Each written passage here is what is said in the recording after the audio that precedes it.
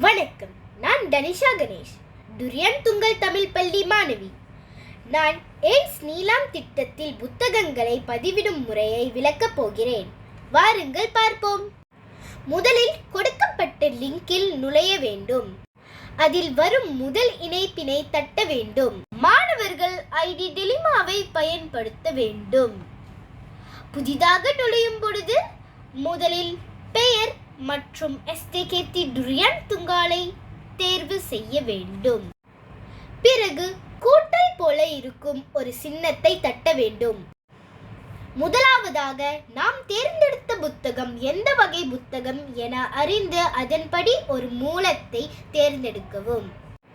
தேர்ந்தெடுத்த பிறகு புத்தகத்தின் தலைப்பு, வகை, மொத்த பக்கங்கள், நூலாசிரியர், பதிப்பகம் போன்றவற்றை டைப் செய்ய வேண்டும். இப்பொழுது நாம் வாசித்த புத்தகத்தை இதில் பதிவு செய்யலாம். பிறகு வாசித்த புத்தகத்தின் கதை சுருக்கம் மற்றும் என்ன கற்றுக்கொண்டோம் என டைப் செய்ய வேண்டும்.